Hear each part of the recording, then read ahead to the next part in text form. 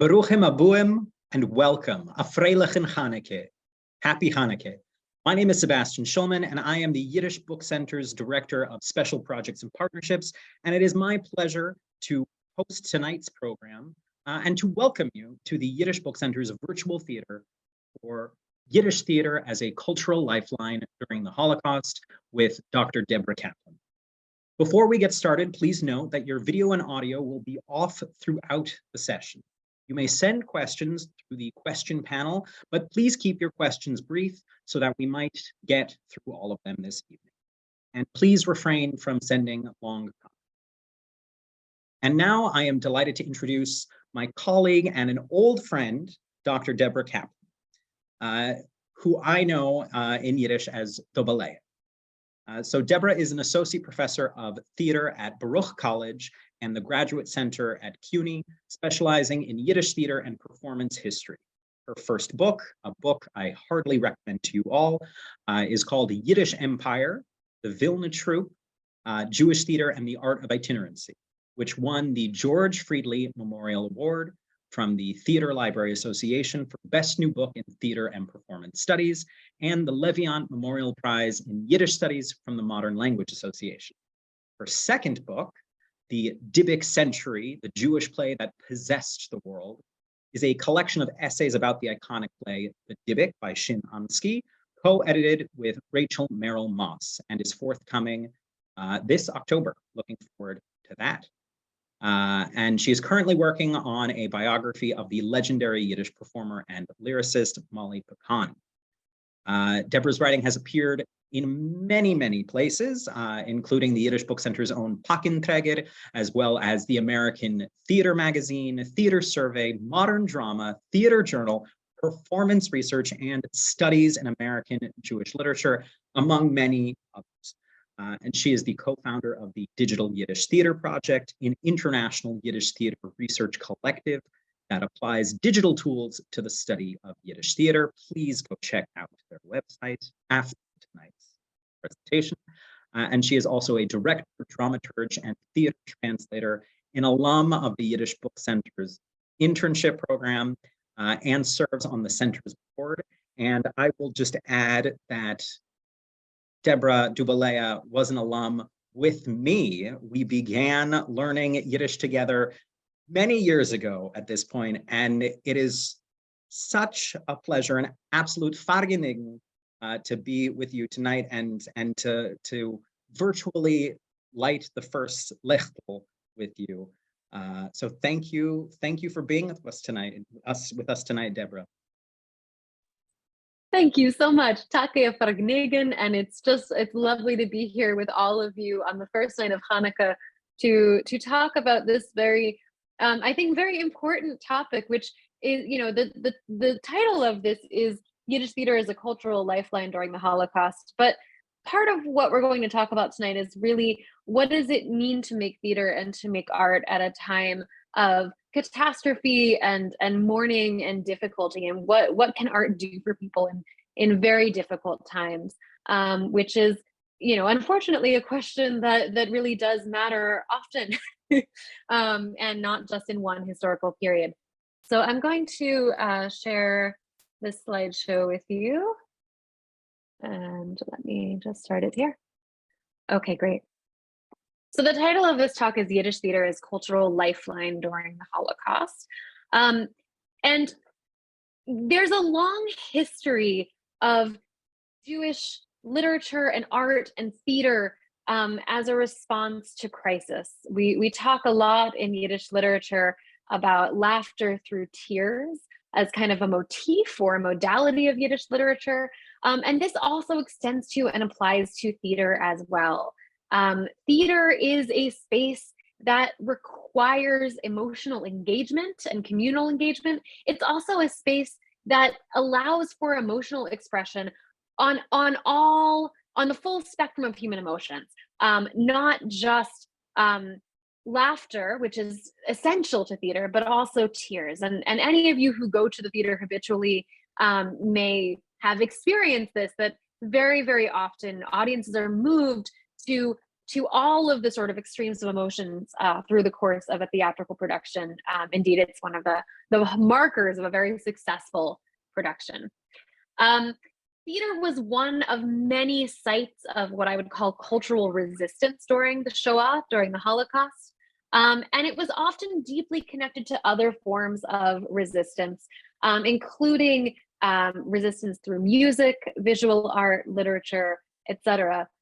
Theater is an art form that incorporates many other art forms within it. And so theater became a particularly poignant site of cultural resistance during the Holocaust. So this is the way that I've structured my talk tonight. We'll try to cover a lot of ground, but dig into a couple of examples that I think are really interesting.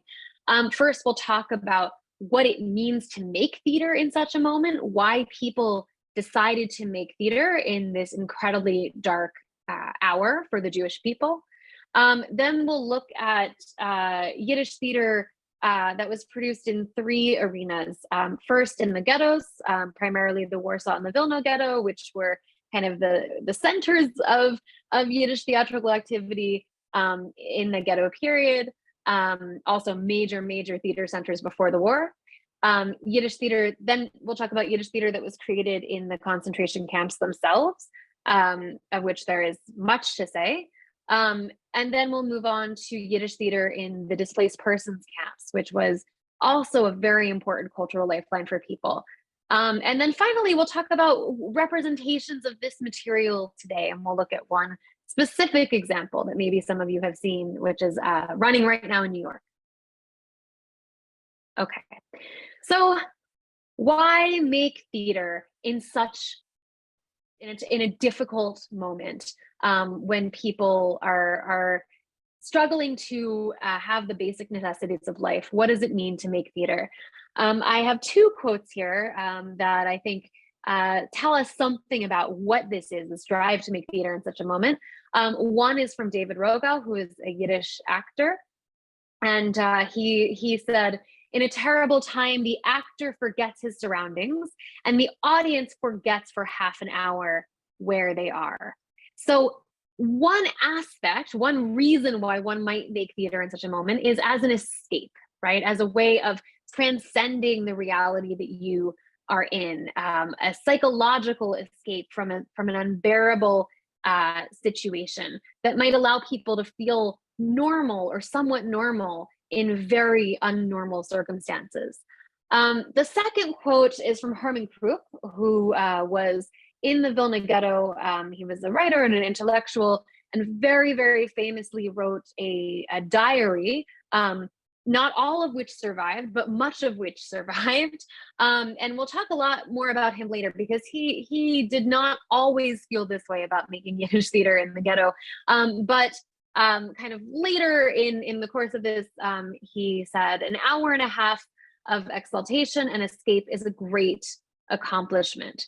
So the act of being able to feel joy in such a difficult moment, in such a moment of suffering, is in itself an achievement, and something to be proud of. I'll say a few more kind of thoughts too about some of the impact, some of the reasons why people turn to theater in this moment. First of all, theater is a form of human expression. Theater and performance are forms of human expression that have been consistently part of human civilization throughout history, in the darkest times and in the brightest times. And there's a very long history of people in extraordinarily difficult circumstances making theater as a mode of escape, a mode of resistance, and an act of community building and community formation. One of the things that distinguishes theater from other art forms is that it requires community in order to function. You cannot make theater in isolation. You can write a book in isolation, you can draw a painting in isolation, but theater requires communal collaboration. It requires a live audience, and fundamentally it requires a large group of people to get together in a room and have a communal experience. So it quite literally brings people together And in this moment during the Holocaust, that was a really important component of what Yiddish theater was doing as well. It allowed people to feel, not just to feel like they were somewhere else, to feel normal again, but to have that experience together with other people, with other Jews who were experiencing similar things. Okay. I wanted to highlight one of the wonderful videos from the Yiddish Book Center's oral history collection that talks about this a little bit. So this is an interview with a man named Moshe Fishman, who talks about theater in the Radom ghetto. And if you'll bear with me for 1 second, I just need to open the video and reshare the screen with sound so you can see this. One moment.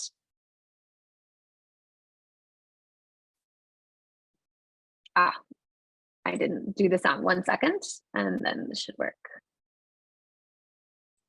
Okay. So the sound should come through. This is from the Yiddish Book Center's oral history collection.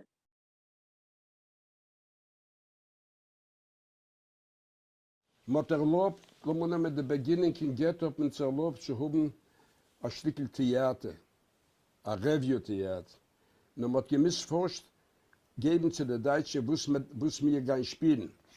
Also mit der Zeit, als mit kein mit dem Achor, und mit singen der 4. Teil von der 9. Symphonie, wo sie hat, heißt es, der Anthem auf der europäischen Völker. Es zurückgekommen, als wir können singen, aber wir tun nicht nützen, Chiles Werte. Ich denke, ja, groß, wie noch hat er geheißen? Gieße? Sagt er, wer darf gehen? Wir wollen nützen Peretz. Von Peretz ist alle Brüder, fällt daran in die Musik. Wir haben gesagt, alle Menschen werden Brüder. Schwarze, weiße, rote, gelbe, mischte Farben euch zusammen. Alle Menschen werden Brüder von ein Taten und ein Mammen. Und ein Gott hat sei beschaffen und ein Himmelreich der Welt. Alle Menschen sind Brüder, das ist einmal festgestellt. Und die Werte sind genau wie dem.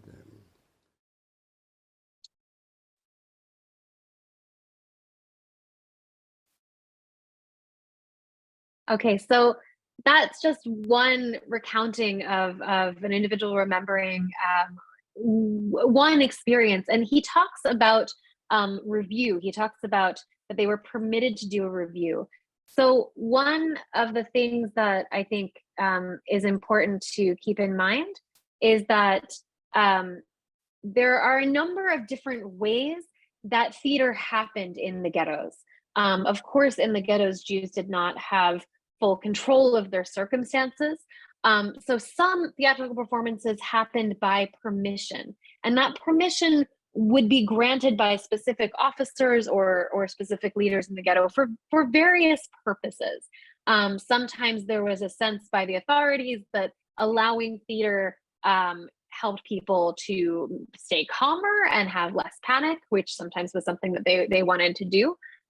So this was not the same in every ghetto. Every ghetto was a very different constellation of circumstances in terms of what was permitted and what was not permitted.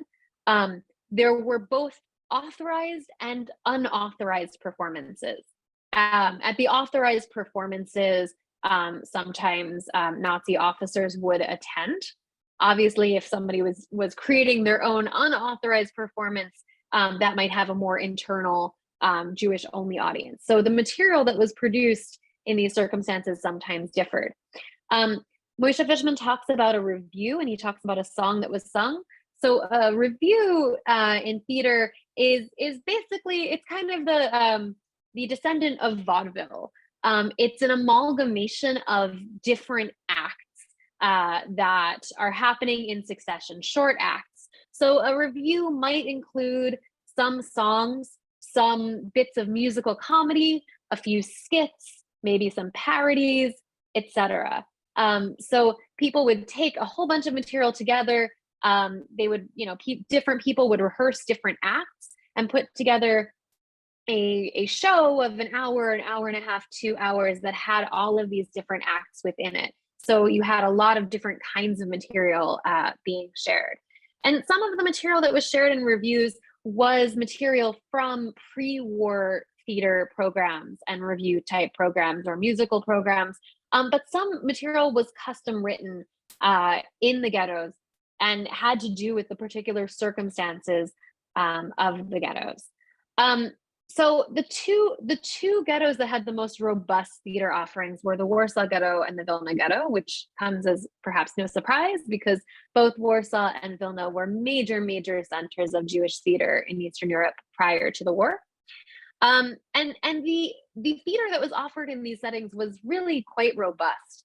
The Warsaw Ghetto had 5 professional Jewish theaters that were operating at the same time for almost the entire duration of the ghetto until its liquidation.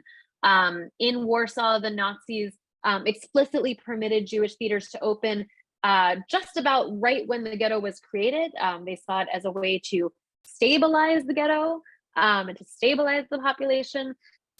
They also permitted the organization of a symphony orchestra. So there was a Jewish symphony orchestra that ran for 2 years that sometimes also worked with the theaters to put on performances. And the performance conditions were not ideal. So these theaters in the Warsaw Ghetto were interesting because they were professional theaters that had full permission to perform. They were doing whole seasons of work, not just reviews, but also full-scale plays and operettas. But the performance conditions were, of course, very difficult. Audiences talk about going to the theater and sitting in their coats because, of course, there was no heat in these spaces. And the poor actors in their costumes, shivering without the option of putting their coats on. Tickets were pretty cheap, which really enabled people to go. In the Warsaw Ghetto, you could get 6 theater tickets for the price of a loaf of bread. So it was pretty accessible to people. Obviously, given the circumstances, these were not theaters that had very elaborate costumes or set pieces. So they did have scenery that was created and built in the ghetto for the theatrical performances. In the Vilna Ghetto, the situation was similar, but had some differences. So we'll look at this testimony in just a few minutes.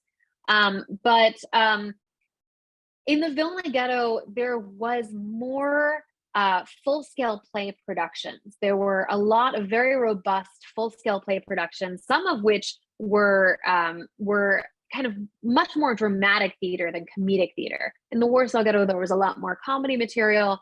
The Vilna Ghetto had material that packed a little more of an emotional punch, which is not an easy thing to do in these circumstances. Not everyone was supportive initially. In fact, there was actually a lot of internal resistance in the Vilna Ghetto to the idea of a theater when it first started. So here's Herman Kruk again, the man who kept a diary, who we talked about earlier. This is in January 1942. And this is about the time that the first Vilna Ghetto theater performance is about to happen.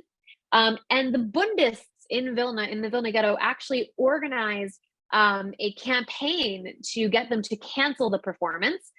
They printed up flyers that they distributed all over the ghetto that said, "You don't make theater in a graveyard. You don't make theater in a cemetery," and distributed them everywhere. But people still wanted to come to the theater. This campaign did not work. Herman Kruk was initially supportive of this effort to sort of cancel the theater and just not have it. He really had a problem with it. So here's what he said in the beginning. I felt offended, personally offended about the whole thing. Cultivating art is certainly a good deed, but here in the doleful situation of the Vilna Ghetto, in the shadow of Ponar, where of the 76,000 Vilna Jews, only 15,000 remain, here at this moment, this is a disgrace, an offense to all of our feelings. You don't make theater in a graveyard. And that last bit is a reference to this campaign by the Bundists to to cancel the performances. People kept buying tickets. They showed up. There was a tremendous, tremendous interest in the Vilna Ghetto in having theater. And one of the productions, I'll show, there's not a lot of surviving photographs of these productions for very obvious reasons. It was difficult for material to survive under these circumstances. But one of the better documented productions is of a David Pinsky play called Das ewige Yid, the Eternal Jew. This is the program that was distributed at the performances. So you can see this is this is not a very published program. It's really just a list of the actors, the director, etc. And this production is pretty well documented. You can get a sense, I think, of the scope and style of these productions through these photographs. So here are a few of the extant photographs from this production. You can see it's a very large cast. There are costumes for a lot of people. There are constructed set pieces that are quite large. In the background, these photographs are not the highest quality, but in the background you can see that there's a lot of large constructed set pieces, which was characteristic of the productions in the Vilna Ghetto. They really took very seriously creating a certain level of production, high production value to these productions as much as possible. Here's another photograph from the same production. And again, you can see sort of the costumes, the props, the scenery. And then here's just one more. Again, these are not the best quality photographs, but they give you a little bit of a sense of what it was like to go and see this performance. So this is one of the early performances that happened in the Vilna Ghetto. And they were highly successful. And those who initially opposed having theater in the Vilna Ghetto mostly changed their minds. So here's Herman Kruk in his diary 2 months later, 2 months after he said how offended he was by the prospect of having theater in the Vilna Ghetto. He wrote, "Life is stronger than everything. Life is once again pulsating in the Vilna Ghetto. In the shadow of Ponar, life is happening and there is hope for a better morning. The concerts and plays that were initially boycotted are accepted by the public. The halls are full. Literary evenings are full, and the Great Hall cannot hold everyone who comes." So this is a really remarkable turnaround. And it really, I think, underscores how quickly the theater became so important to so many people, as well as all of these other activities of cultural resistance and intellectual resistance. In addition to a very, very active theater, there was also a music school that was established in the Vilna Ghetto that had over 100 students. The actors organized an association of authors and artists where they organized regular artistic gatherings over tea, where people gave lectures and presented kind of staged reading performances. And this became a real lifeline for actors and artists in the Vilna Ghetto. In the year 1942 alone, there were over 120 theatrical performances of full-scale plays with over 38,000 spectators. So this was not really a small endeavor. This truly was these were, large-scale theatrical productions with kind of season-length, full-length work that was being produced, in addition to reviews as well. So in the Vilna Ghetto, there were 4 full-scale productions, and there were 7 reviews. The Vilna Ghetto had a shorter timeline than the Warsaw Ghetto because Vilna was invaded much later. But you can get a sense of the scope of how much theater was happening. There was even an actor's studio in the Vilna Ghetto that offered professional actor training. So for people in the Vilna Ghetto who were aspiring actors, they could go to acting school in the Vilna Ghetto. That also existed and was very, very popular. And one other really interesting aspect of the Vilna Ghetto theater there came a point where the audience demand was so great that the theater essentially outgrew its performance space. And so the Germans actually approved the actors to renovate the theater space to seat more performers and to be more comfortable, which is kind of fascinating that actually did happen. And when Herman Kruk went to the renovated theater in April of 1942, he said, "The hall is renovated and makes a good impression. The fixtures and seats are diverse in form and kind." And that performance space sat over 300 people per performance and was almost always sold out.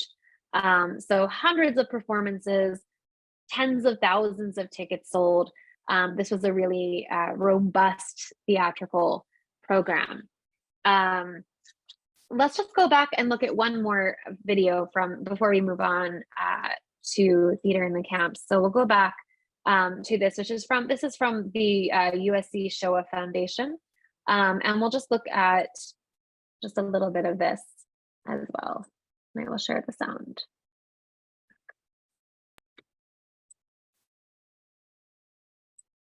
Were working in the airport, from time to time there would somebody from the Judenrat from our city would come out. There was once Mina Bern and Mimi Ganyonsky. They were working in the Judenrat and they were working with children. A couple of times those two ladies came out. They were young women.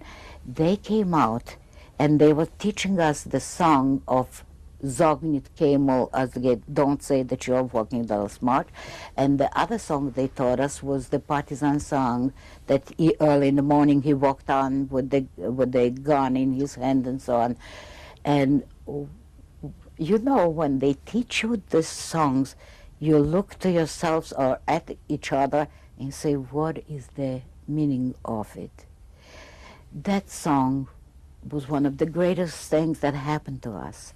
I don't know how Mira Ganyonsky and Mira Bernstein understood that this would be helpful in continuing without problems. But that... We'll skip to another, just one more excerpt. I remember theater they had in Vilna. Theater, where it was, I remember too. And my grandma used to give me money and I used to buy a ticket. And I used to keep my ticket, you know, ahead for 6-7 weeks ahead. To me, it was like a long time ahead. I used to put the ticket inside the coat, which my father kept in case a nice coat he had, Shabbos coat, that he kept, that maybe we need to sell it, you know, for food. So I hung there on the wall over the place where we slept. And I used to put the ticket inside the pocket there, in the east side pocket, so it would stay in a safe place.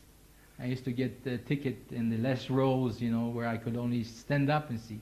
And I learned all those little songs in the ghetto, you know, in theater. And people would go to the theater? The theater was full. Okay, so we'll stop there with these. So just to go back to this. Okay, great. So that's what I wanted to share about Yiddish theater in the ghettos. Of course, the ghettos, and you know, eventually were liquidated, and many of the people who were in the ghettos ended up in concentration camps across the region. There was a significant amount of theater in concentration camps, but again, it was very specific to the circumstances of the individual camp and truly the whims of whoever was in charge. So I'll give you two examples of this. The first is in Buchenwald, which happened to have a lot more theatrical activity than most of the other concentration camps. And the reason for this was really because of the specific temperament of the officers in charge. So here's what one prisoner wrote of theater in Buchenwald. They wrote, there was a succession of drunken and eccentric camp commanders. Anything could and did happen.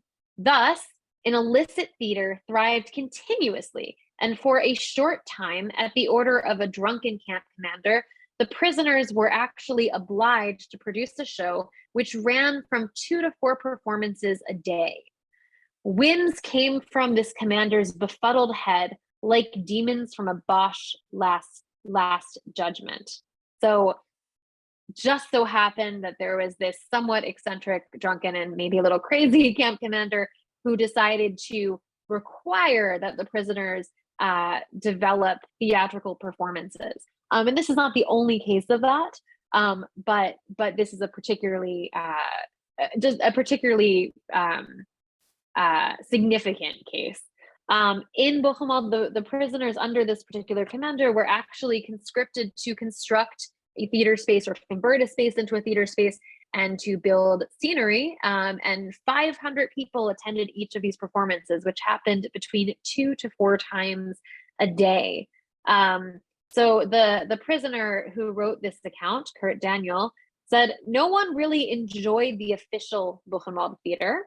The presence of so many SS men threw a damper over everything, but it gave the prisoners an idea. And from that time until the end, there was a flourishing underground theater." So in some ways, because of this particular situation where there was such robust theatrical activity early on in this very weird conscripted fashion, it sort of spurred an interest in people making their own theater performances, which would happen often in the barracks, underground, illicitly, when officers weren't looking. And the theater in Buchenwald, the theater that people really cared about, the sort of underground illicit theater, was highly political and highly satirical. And it was mostly satire about life in the camps. According to Daniel, the prisoner, he said, "The whole underlying idea of the theatrical activity of the camps was temporary release from the terrible reality of that life. The healthiest form of release was in the form of satire."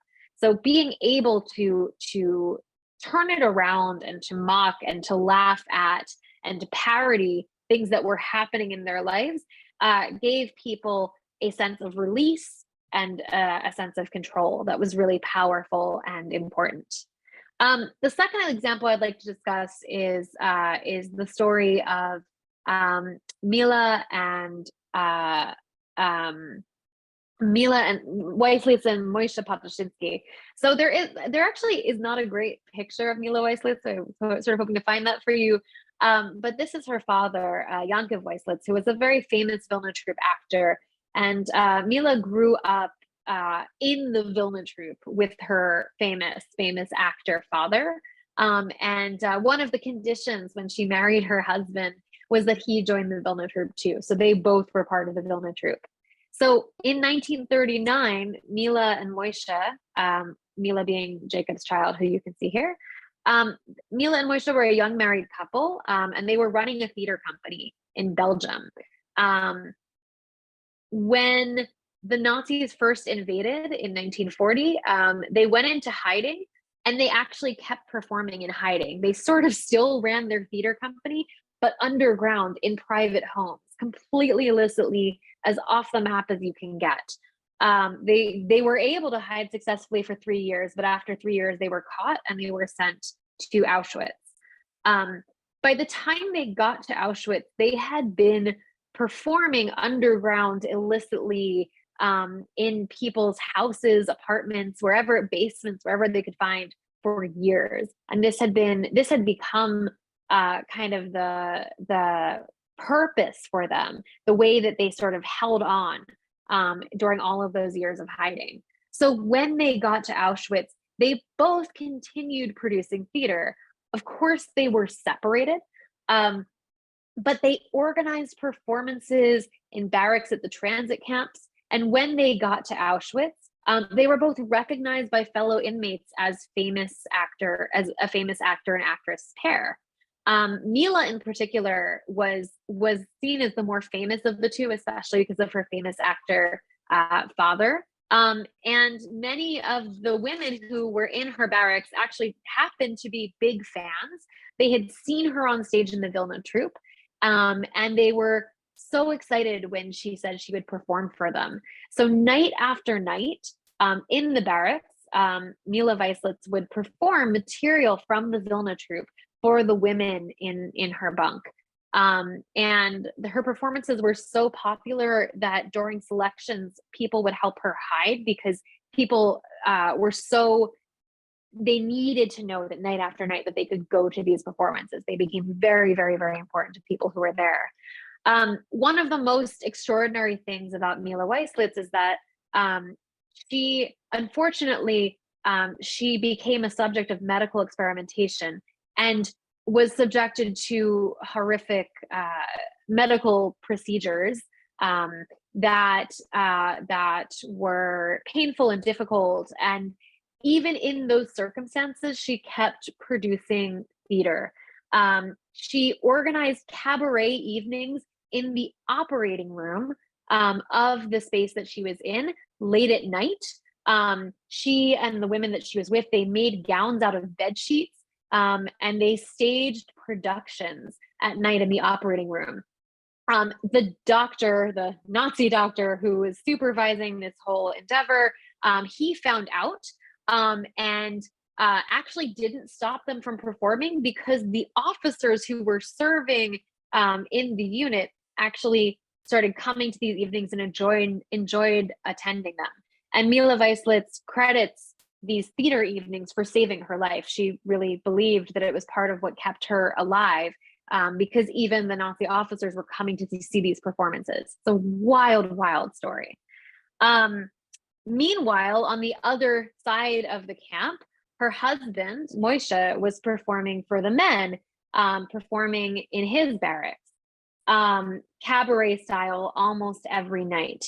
There's a famous story of him on the kind of work line hauling bricks, chanting lines from the Dybbuk and the other workers repeating them back and using that play and quoting from that play as a way to get through the incredibly difficult manual labor that they were required to do. Thankfully, both of them did survive, as did Mila's father, who is pictured here. They all moved to Australia and continued to make Yiddish theater together in Australia. Okay, the displaced persons camps. So Yiddish theater truly thrived in the displaced persons camps. By the time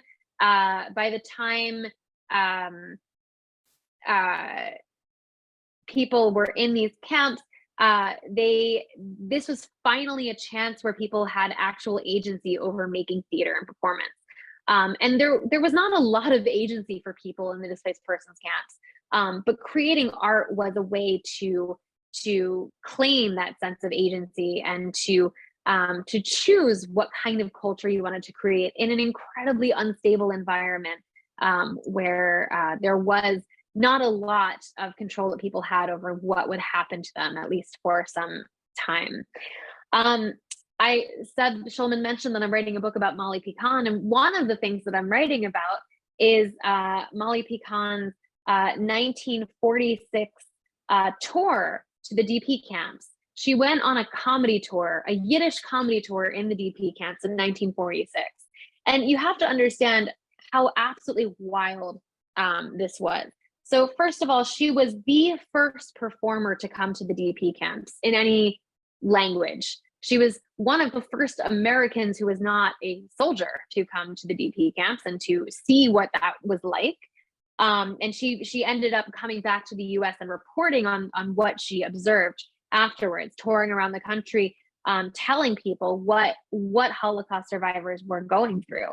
But also, I mean, this was in the immediate aftermath of the war. There really was no infrastructure to get performers to the displaced persons camps. So the way that this happened is that Molly Picon and her husband, Jacob Kalich, they were famous Yiddish theater performers. Jacob Kalich was her husband and manager, who also performed with her sometimes. And at the end of the war, they almost immediately started showing up at State Department offices, asking, begging, pleading for the permission to go and perform comedy in the DP camps. And as you can imagine, they were met with a lot of opposition. So first of all, there were no commercial flights from the U.S. to Poland at this time. So even getting there was a tremendous challenge. But also Americans were not getting permission to go just traveling around Eastern Europe in the aftermath of the war. They ended up actually bribing their way onto an unheated Polish military airplane from Paris. They made their way to Paris and bribed their way onto a military airplane heading to Warsaw. And they became the first international entertainers to visit Poland after the war. Fascinatingly, when they were packing for this trip, they made a very specific decision to pack elegant formal wear. So when they gave these performances in DP camps, Molly Picon would wear a floor-length white silk gown, and Jacob Kalic, her husband, would wear a white tie and tails. They knew, of course, that their audience might be wearing rags, but they felt that dressing up would be a gesture of respect, to remind spectators of the elegance and cultivation and sophistication of Jewish culture. So they made this very specific choice to dress to the nines. Their first performance was at a repatriation camp. It was a camp of Jews who had fled Poland for Russia and then returned to Poland to find that there was nowhere for them to go, no homes, no possessions, nothing. It was basically a park with a bunch of tents with people, hundreds of people sleeping on the ground every night. They showed up thinking that there would be some place for them to perform, which was not really realistic. There wasn't anywhere for them to perform. They said, okay, we'll perform outside. But that night it rained, it was torrential, the park was flooded, there was mud everywhere. There was no way that they could perform under those conditions. So they canceled their first performance. Picon and Kalic woke up the next morning to find that the audience, that the Jews in the camp, had worked through the night to build them a stage, complete with a roof out of discarded wooden boards and planks that had just been gathering in a pile. People had been saving them to build something. They actually constructed a performance space specifically so that they could have these entertainers give a performance. They decorated the stage with homemade posters advertising the performance, and the floor was covered with a giant, beautiful carpet, which was one woman's last remaining possession from the old days. They put it on the makeshift stage so the actors would have something nice to perform on. Picon and Kalic were just absolutely amazed. So they performed for this audience. The entire camp of 500 Jews gathered to see Picon perform. And what did she choose to perform? She chose to perform, as she wrote later, comedy, comedy, comedy. Why? She wrote, you don't cry in front of a dying patient. So she felt really strongly that the best thing that she could do for people, for Holocaust survivors immediately after the war, was to bring Jewish comedy and Yiddish humor directly to them. In fact, the very first thing that she did was a very famous impression that she liked to do. It was an impression of Charlie Chaplin, but a Jewish Charlie Chaplin. And she did this impression of him that would just leave people in stitches. There are some really incredible stories of encounters, of very poignant encounters that Picon had with people in the audience. After one of the shows in one of the DP camps, a survivor approached Molly Picon and said, we haven't laughed for 7 years, 7 whole years. One woman brought her 3-year-old to see the show, a tiny little girl who cried during most of the set. After the performance, the woman came up with the child. Why did you bring her to see the show? Picon asked. The woman replied, my baby is 3 years old and she has never heard the sound of laughter. I don't want her to grow up without hearing people laugh. So the theater became a space of finding laughter and joy again in that sort of communal space. And this made a really big impact on Molly Picon. As I said before, she came back to the US. She traveled around the US reporting on this experience, going to the displaced persons camps, raising money for survivors. She was really the only person in America for a time who really had anything like that experience, who wasn't military. So she became a very important source for the American Jewish community on what life was like for survivors, and on the conditions there.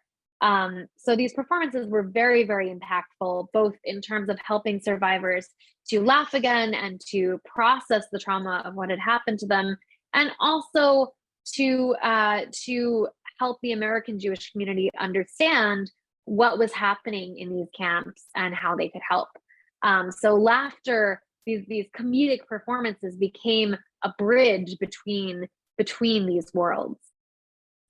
The last thing that I'll talk about tonight is that the material that was performed during the Holocaust is a lot of it is surprisingly well documented. People went to extraordinary lengths to preserve this material during the war, and there have been numerous efforts to kind of revitalize it and bring it back to the stage. Numerous musical albums that have been created that are bringing this material to the stage. And then very, very recently, the National Yiddish Theater Volksbühne in New York has a production that is ongoing right now, just for a little bit longer, I think another week, called Zwischenfallen die Gewand, Amid Falling Walls. And what this production does is it takes songs and theatrical material that was created, that was written during the war, including material that was written in the ghettos, in concentration camps, and also in displaced persons camps after the war, as well as by partisans who were fighting in the forests. And it stitches them together into a show where you get to sort of experience what it might be like, or what it might have been like to be an audience member for one of these performances, and to experience Yiddish theater in this incredibly dark moment. It's a beautiful production. If anyone is in New York and hasn't seen it, I just saw it last Saturday, and it was really wonderful. I highly encourage you to see it. And on the right of this photograph, you'll see a face that might be familiar to some. That's Michal Yashinsky, who is an alum of many Yiddish Book Center programs. He is one of the incredible performers in this show that I do really highly recommend. But it's really remarkable to see how this material continues to work for audience, how theatrically compelling it is. And it was really beautiful to see it on a stage in a contemporary space. So I will stop there and take questions. I look forward to hearing from you. Well, before we take questions, I just want to say thank you so much, Debra. This has been an extraordinary and enlightening presentation, and everything you're talking about is nothing short of a miracle. The fact that these productions happened and that we have enough information to know about them is extraordinary. And I just really want to thank you for bringing this to us tonight. So we do have a few questions already. And I encourage you, as Debra's answering them, we don't have too much time, but if anything else piques your curiosity or you have any other questions, please submit them now in the Q&A section on your Zoom. And the first question is really just a comment from Laurie Abramson, that this is so life-affirming, that everything you're talking about, especially right now, is so absolutely touching. And I think everybody, here tonight really can agree with that. So thank you for that comment. But our first question is from Jerry Weissman. He asks about your sources. Where did Debra access all of this information? Oh, that's a wonderful question. I do have some recommendations for people who are interested in learning more about this, and I will. I don't know if there's a way to put them into I don't know if I can put them in the chat, but if there's a way to put them in the chat, I'll just say some of them. Maybe somebody can put them in the chat. So there are some wonderful books that do dig into this a little bit more. There's a wonderful book by Rebecca Rovit and Alvin Goldfarb called Theatrical Performance During the Holocaust, Texts, Documents, and Memoirs. And so if you're interested in that, I do recommend this book from 1999, Theatrical Performance During the Holocaust. Yad Vashem also has a really wonderful website called Music of the Holocaust that has a lot of material on the music from this period, much of which was deeply, deeply embedded in the theater, some of which you can hear recordings of. There were these tremendous recordings that were made very soon after the war with survivors, mostly by Shmerka Kaczerginski, who was a songwriter himself. He traveled around and interviewed people about the songs that they sang during the Shoah, and it is those recordings exist and they're beautiful. So those are my two main recommendations if you're interested in learning more. But I would say that, you know, some of the material on Molly Picon, it will be in my book someday. So that a lot of that material is digging into some of her archives and her writings on what she did. So a number of different sources. And that actually is a good segue. We did have a clarifying question about Molly Picon, which I think I know the answer to, but I will let the expert answer for us. Was she American by birth, or was she an immigrant? That's a great question. She actually had a lot of anxiety about this exact question. Molly Picon was American by birth, and she grew up actually not really speaking Yiddish. She'd hang out backstage sometimes at the Yiddish theater where her mom helped as a seamstress with costumes, but she grew up in the American vaudeville theater, and that was where she started. She only ended up in Yiddish theater because of the pandemic of 1918, the so-called Spanish flu. She was on tour with her vaudeville troupe in Boston when the pandemic hit very hard and every theater in the city was shut down. So she was out of work. She didn't have any money to get a train ticket home to Philadelphia. The only theater that wasn't shut down was a theater that the authorities forgot to shut down because it was mostly a wrestling venue, but it had Yiddish theater on the weekends. And so she showed up looking for a job because she needed money for her train ticket home. The guy who answered the door was Jacob Kalich. They fell in love. He started her career, they got married, but she was always very self-conscious that maybe her Yiddish wasn't so good enough because she didn't have that authenticity from that immigrant. So she traveled back to Europe a lot to try to improve her Yiddish and make it more authentic sounding. Fascinating, fascinating. And I think that is also inspiring for those of us who work in Yiddish culture today, right? If even Molly Picon was insecure about her Yiddish, well, then maybe I don't have to feel so bad myself. We have some more questions about Molly Picon that I'll try to group together as long as we're on the topic. An amazing image you showed of her in front of the audience where was that? Great question. So that actually was not an image from a DP camp. There are very few to maybe know, the documentation of her time in the DP camps, it's not photographically documented well at all, if at all. I'm searching for that. She did do, before she went, she did a tour of US Army bases. And that's what that photograph is from. So it's just a couple months before, and she was testing out some of the same material, but in English for the US Army, and for soldiers coming back from the war. So it's a really, yeah, it's similar, but not quite the same. It was a lot nicer in that picture than it really was when she was doing the tour. It's quite an evocative image. So thank you for sharing that. Adela Zinberg asks when the Molly Picon book will be available. Oh, I wish I knew the answer to that question. It's very much in progress is all I can really say. I hope not too long. But I'm definitely sort of deep in the writing and researching of it. There's a lot. She's she is such an iconic figure. There's a lot of material to go through. So I still have a little ways to go. But the Dybbuk book that Seb mentioned earlier actually came out this past October. So that is available if you're interested in the Dybbuk. That's not really connected to this material, but yes, thank you for correcting me. I realized as soon as my screen went off, and I made a note to myself to correct myself, and then we got caught up in all these wonderful questions. So thank you for correcting me. Please do check out that book. I clearly have not had the opportunity to do so yet, and I will do so soon. Taking a step back to the ghettos, we have a question here about the Lodge Ghetto. From Miriam Mandelbaum. yeah. And she writes, I wonder about the Lodge Ghetto and the presence of theater and music there. She does remember having actually seen some tickets and posters from the Lodge Ghetto, which may be in the archive materials at Yale.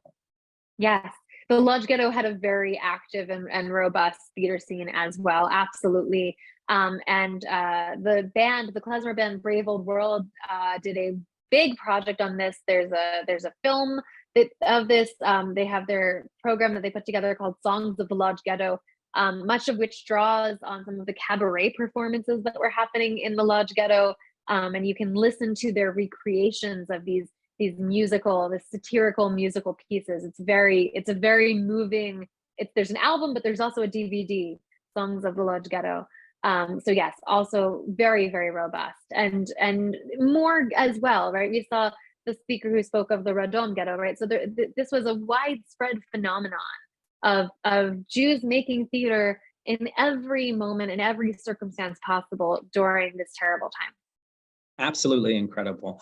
And what were some of the ways, this is a question from Ephraim Schwartz, what were some of the ways that the works were preserved during the Holocaust, during the Shoah? That's an amazing question because it was incredible. It's a miracle that anything survived. There's a lot that's missing. So, first and foremost, there's a lot that we just don't have with documentation the way that we do with other kinds of Yiddish theater performances.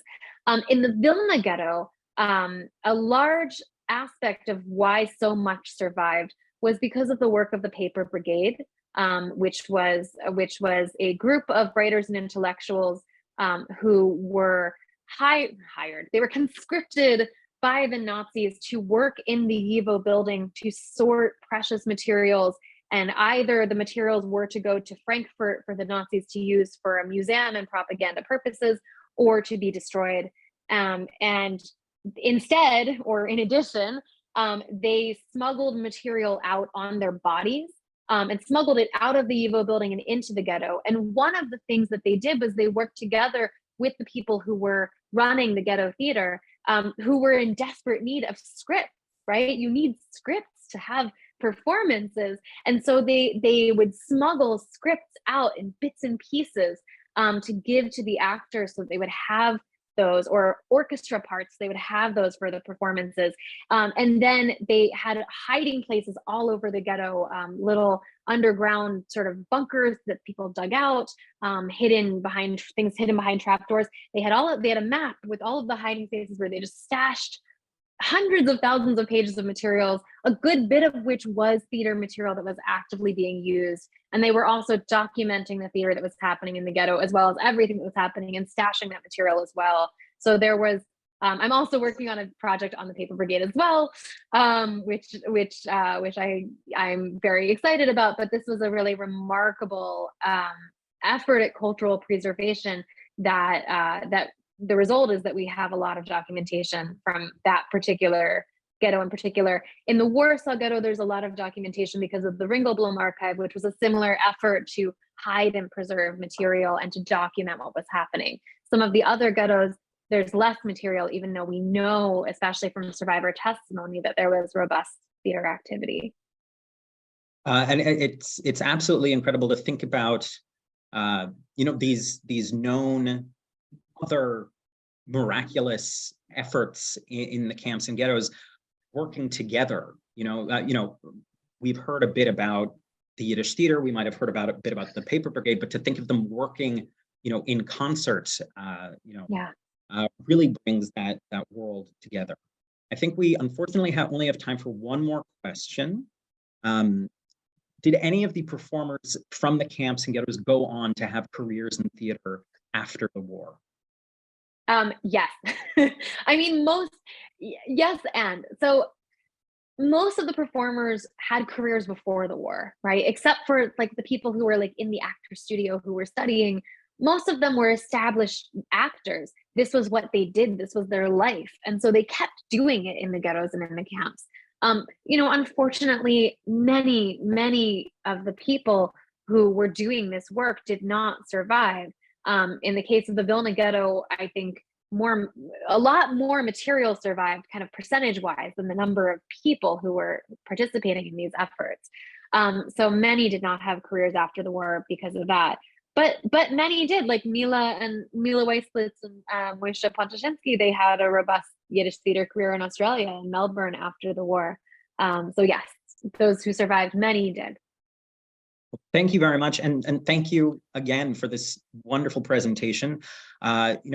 This is a topic which in some respects is quite heavy and dark, but also, as our audience has said, so life-affirming, and just a real honor to be with you tonight. And Thank you. I am sure it's not the last time we will see you on our screens. So a sheinem dank and a freilichen Chaneke. Thank you. And I would also like to thank behind the scenes, people who don't necessarily, a person who never gets to be in front of the curtain, and that is this evening's producer, Elizabeth Carteropoli. Thank you so very much for making sure everything has been running so smoothly. And I want you all to know that tonight's program is part of an ongoing series of virtual and live public programs from the Yiddish Book Center. And our next program will be with my colleague Lisa Newman on January 7th at 7 p.m. And that is about the book Murder in Manchuria, the true story of a Jewish virtuoso, Russian fascist, a French diplomat, and a Japanese spy in occupied China, with Scott Siegelman. To view our schedule of events, make sure to visit yiddishbookcenter.org. And last but certainly not least, I want to thank all of our members whose support makes possible all of our ongoing work. To learn more about how you can join and support our work, visit yiddishbookcenter.org/donate. That's yiddishbookcenter.org/donate. Thank you all for joining us. A sheinem dank, a hartzigen dank, a freilichen Chanukah. Happy Hanukkah.